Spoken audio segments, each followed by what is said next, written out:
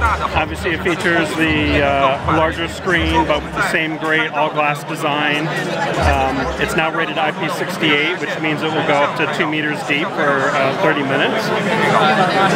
Other key features are the enhanced camera. So features like using the enhanced dual camera system and the faster ISP gives us a number of great new features like HDR, so you get incredibly fast shutter response while shooting multiple images to fuse this beautiful HDR photography. Great low light performance, portrait selfies, also things like depth control where we can go in and edit and after the fact change the f-stop to give us different bokeh properties. So as we go to a wider, more open shutter aperture, we get just this beautiful bokeh background.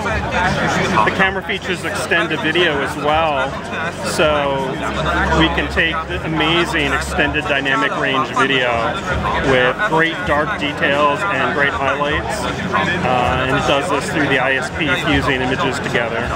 So absolutely stunning photos and video features. Of course, it's all powered by the A12 Bionic, which gives us just amazing performance across the system.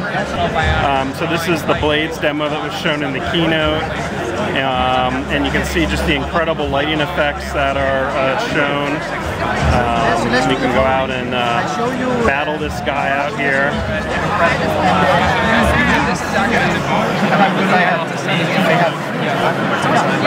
And when we go into battle mode, start.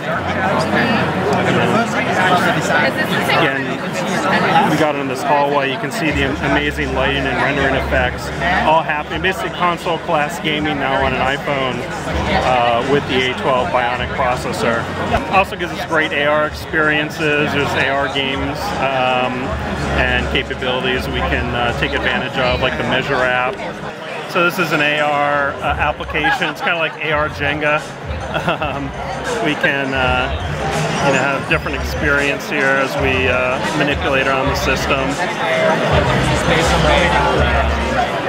Working with our blocks. So just an example of an AR experience that the A12 Bionic and the camera system gives us. And how about battery life? Battery life is continues to be outstanding. The 10s gives us about 30 minutes more for the average user compared to the iPhone 10, and the 10s Max about an hour and a half more.